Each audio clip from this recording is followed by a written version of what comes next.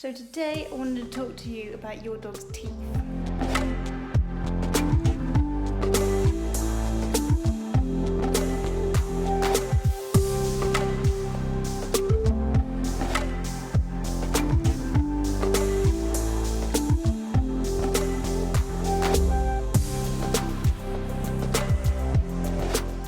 So I've noticed now that I've started grooming again over the past couple of days, weeks, that I do teeth as part of a full groom, or at least I check them. The quality or the cleanliness of teeth is definitely going downhill, whether people just aren't realising, or they just don't do it, or maybe they just don't know.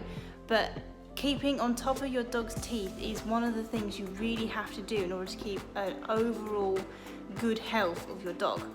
Good boy. Coda's 4 and his teeth are perfect. All the way down to these back ones back here. Ugh, that's it. There is no plaque on these bad boys. These are clean as a whistle. And how do we achieve that? Knuckle bones. Knuckle bones are perfect for cleaning teeth.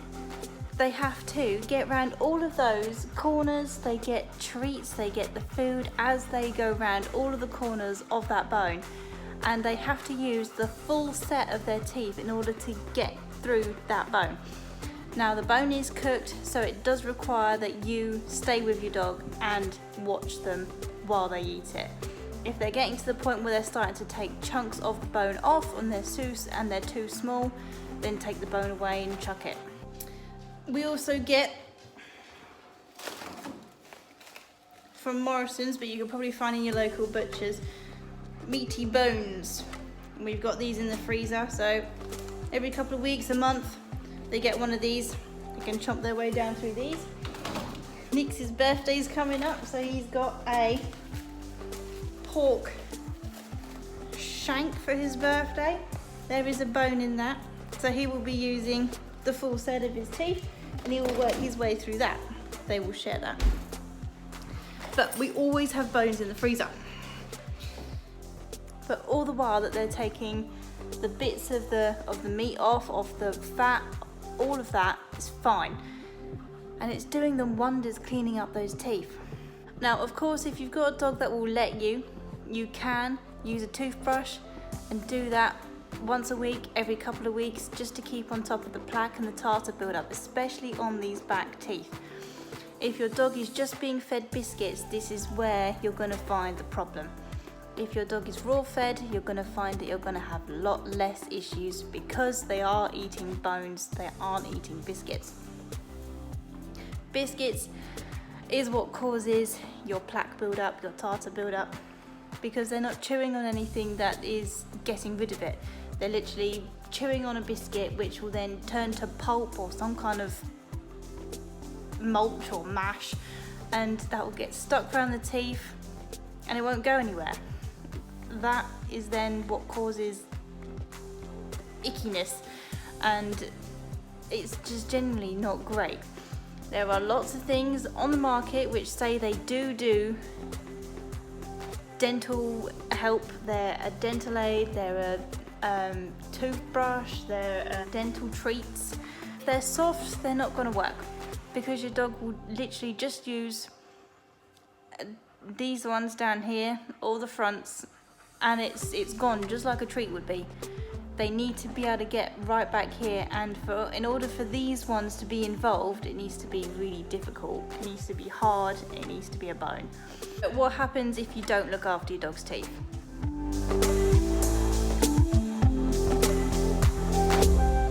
Don't look after your dog's teeth, then you get the tartar build up.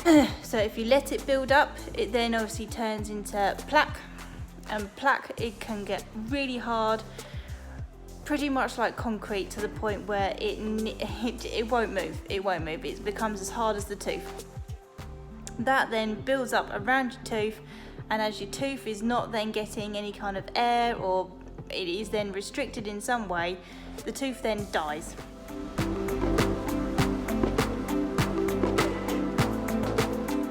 That then obviously creates a massive problem for the mouth because it's then got a rotting tooth in the mouth. That then causes bad breath, you've got an odour coming from the mouth. You can then get toothache, gingivitis, infections, all things like that. It's just health of your dog's mouth is one of the top priorities that you should really be thinking of, because that is what they use all day, every day. They eat with it, they play with it, they put toys in their mouth. It is the most used thing that they do all day. So making sure that those teeth are in tip-top condition is what will make sure that they're with you for as long as they can be. If you've got reddening of the gums above the tooth line, that is gingivitis. That means you've got a problem somewhere and that needs to be checked.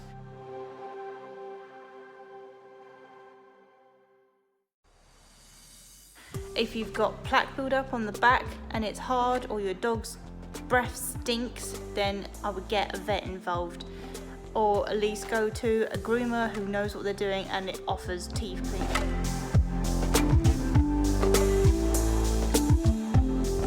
You can get a dog toothbrush.